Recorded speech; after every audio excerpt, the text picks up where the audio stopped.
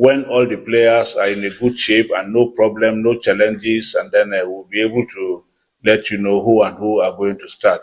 It will not be proper for me to now tell you so player is starting, and tomorrow when you come and you don't find her starting, it raises another eyebrow and questions will begin to thrown at me. Why did you told us yesterday that you are going to play this player, but today the player is not playing, not minding the circumstances. So that is why I will also just let you know that all the players, for now, they are all good to go. Well, when you assemble a team, you always want to get the best of your players around. People keep making comparisons with the performance of the Super Falcons at the World Cup, expecting that each time we go out, they want to see the same level of performance.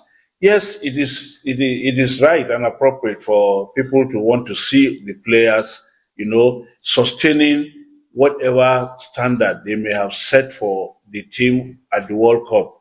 But let's be realistic with ourselves. Since after the World Cup, we've not been able to get at least even half of the players that played at the World Cup due to one reason or the other. And, the issue of blending is not something that just happens overnight. It takes a while for people to be able to understand what is it that they really need to do and for them to gel collectively as a team. The key players may not have been here, but the ones that are also here are putting in their best to also ensure that the fact that others are not here does not mean we lower the standards. The standard has been set already, and we must try to sustain that standard and even try to ensure that we do even much better. Opportunities like this will always come for others to also, showcase themselves, and let's also see them and see what they can do. The more quality players we have around, the better for us, because it brings about competition, which will also get the best out of all the players. So yes, it might be a worry, but what do? You have to work within the limit of what is available to you. Like you mentioned, there's no winners again in football. Every team has evolved and they are really growing at a very fast pace. And but for me as an individual, I just every day I have a privilege to be called to the national team. It's all about representing with the maximum effort which I can, and giving my utmost best and making sure I leave everything in that field, and knowing too well that of course I'm just privileged, to be called up. And and I appreciate the trust. So I just have to go in there, giving my best as always, and defend the badge. And talking about the captain, I'm privileged to be an acting captain, but or maybe he's a captain. I don't know. Okay. As a team, I think the most important thing we do is we just stay focused on training, and we all make sure that everything we do in and out of the training, we stay professional and we're responsible for ourselves to take care of each other. And we just know that we know what is at stake. We want to go to the Nations Cup. We don't want any excuses. Of course, there are a lot of things that could be an excuse, but we have to leave everything aside, and we have to focus on what is more important, which is taking care of ourselves. Giving 100% and staying competitive, and talking to each other as a team. Before the game, and giving in advising each other what our impact is going to be individually on that team, be it on the bench, be it starting, and so everybody has an input. So we most of the time speak to each other, and most of the time we push ourselves beyond the limit on the field just to make sure that when we get to the game the next day, we are giving everything on that field, and I want to come out on that field knowing too well that we've done our best. Good to have you on the show. 360 Sport on Trust TV. Adeni Ajishafe. Listen there, just at least heard what the Coach Madugu, and the captain of the team, Super Falcons, they'll be playing against Cape Verde today over there at the MK Abiola Stadium in Abuja. Big one, as that match will be coming up. A lot of Nigerians are waiting to see what our ladies will do, because this is the final lap of the All-Con 2024 that will be played in Morocco. The qualifiers will be coming up between Super Falcons and Cape Verde. Nigerians want to see our ladies doing us proud proud after all they've done so far, making Nigeria so proud. We're actually so proud of them. Right now, we expect that they should be able to do well in that particular encounter today. We'll be looking at that story. But before then, we'll be talking about the Nigerian Women Football League NWFL Match Day 3, where Heartland FC Edo Queens picked maximum points in away wins. They were able to do well in those games that was played. Let's look at the result, and also we look at the table before we actually look at the game between Abia and Heartland. Let's start with the result of those encounters. For Nigeria Tels, they defeated Adamawa Queens 2-1, courtesy of Atume Dosso and Nani. That's Nani Oluwaseun scoring an own goal there to make give Nigeria Tels 2. Well, Adwana Latifat was able to pull one back for Adamawa Queens, but Nigeria Tels won their game 2-1. Delta Queens 2-0 against Rivers Angel in the battle of the southern part of the country. You have Adegbemile Rebecca and Olabi Folajomi scoring those 2 goals for Delta Queens in the 30th and the 54th minute to give Delta Queens an edge in that particular encounter. Also, Danan Ladies against Nasarawa Amazons ended goalless. It was a good one for Nasarawa Amazon, who came and they were able to share the spoil there.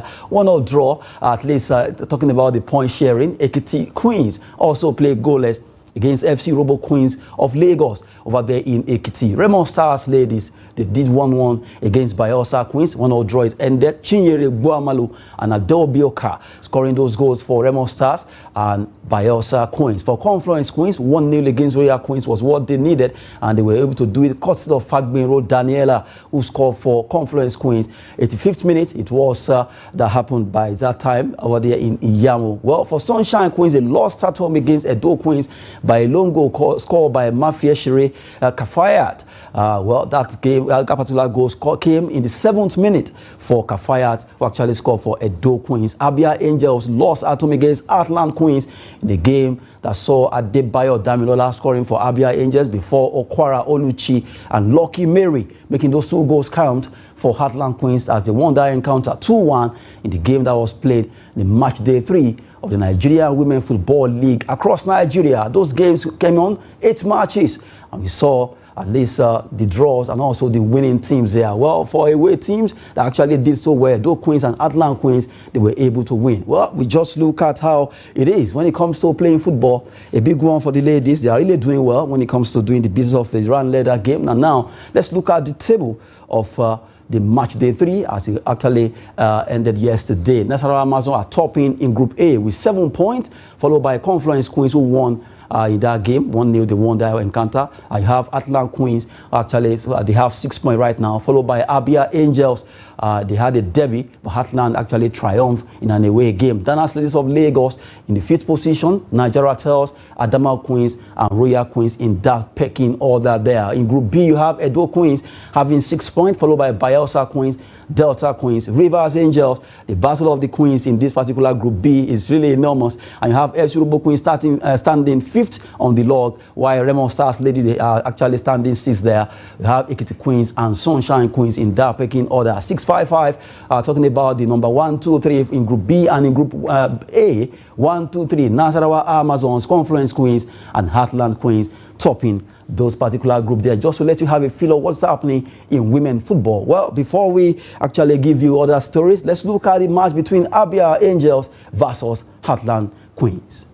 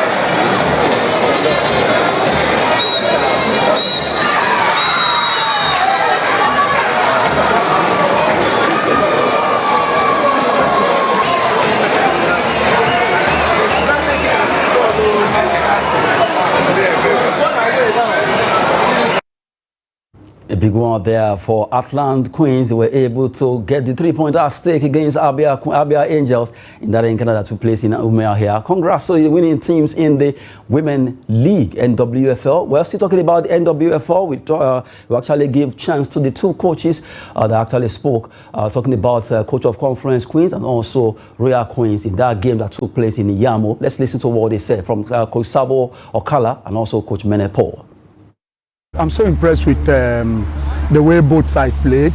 It was a very competitive match, very, very competitive. Both teams gave out their best. You know, Royal Queens, they have lost 2 matches and it's expected of them to come out the way they came out. But the good thing is, you know, every day we continue to learn as the match goes by. So we'll go back to the drawing board. But I will commend the girls. They gave a good fight, at least for coming behind to get that winning goal. Well, if I come out here to say whether we are working on it or not, it will look as if maybe I'm trying to defend myself. But goal scoring, penalty kicks, free kicks, those are some of the things we work on daily basis in training. And it's unfortunate that you can see that at the initial stage, Amarachi wanted to take the penalty kick, but I think she decided to encourage Mahmoud, which is a team spirit. We've been working on penalty kicks. I think we'll go back and work more. That's just the solution to it. One game at a time. This one has come and gone. It's for us. We have like 3-4 days to go home and strategize again, and you know, see how we can come back with a very, very impressive result in Owerri. So it's for us to go back and strategize, look at the loopholes, and try to work on them. That we lost, the guys are improving in every game. Now, you know, most of the players that we are using, they are above, they are below average. You know, you understand. So I'm trying to groom the team like that, you know, to see that we get to the average level. So, like today's game, it's not a bad game. It's because we lost concentration at the ending part of the game. That's why we concede that goal. They brought me into the team 2 weeks to the kickoff of the league, and we have only 2 days before the end of registration. So there's no time for me to go to get good players to blend it. So I'm working with the one that I met on ground. You know, try to blend them for 2 weeks before we go to our first game. We are playing Nigeria at home, and by the grace of God, we are going to come out victorious. Well, big one there coming from the two coaches, Coach Mene Paul and Coach Sabo Okala of Conference Queens, and also Royal Queens there, where that game ended in favor of Conference Queens, that we were able to pick Royal Queens that came visiting. Just giving you update concerning women football in Nigeria, NWFL. As we talk about the women, the Super Falcons will also be playing today. A big one there, looking at that particular story.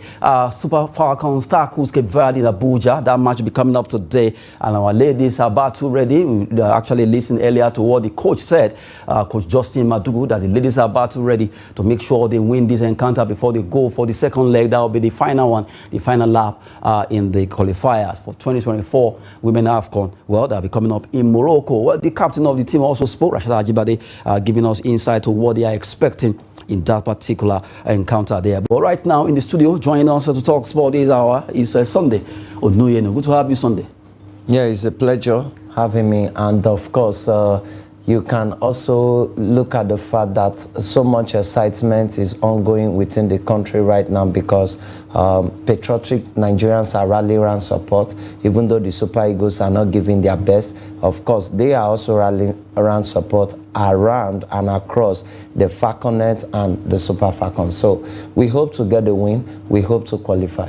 We hope to get a win and get it, at least qualify for the AFCON, or rather WAFCON, also if we call it ALCON, Women Cup of Nations that will be coming up in Morocco in 2024. But we'll be talking about that. But right now, first of all, let's talk briefly concerning that team. Looking at the fact that Oshuala, some players pulled out, talking about Falcons now, concerning this game, and some players were given the chance, mostly home-based players.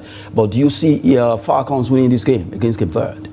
Of course, they have what it takes to win the game. Aside from that, they have the spectatorship, they have the advantage being the host country, and they should know what is at stake, and they are playing because they are at home. they have the spectatorship. So they should be confident to discharge their duties. I'm very sure the technical advisor will tell them what to do, and they should be able to control the tempo of the game. Okay, good one there. Well, we just digress a bit. Recently, you as a sport journalist, you cover so many games.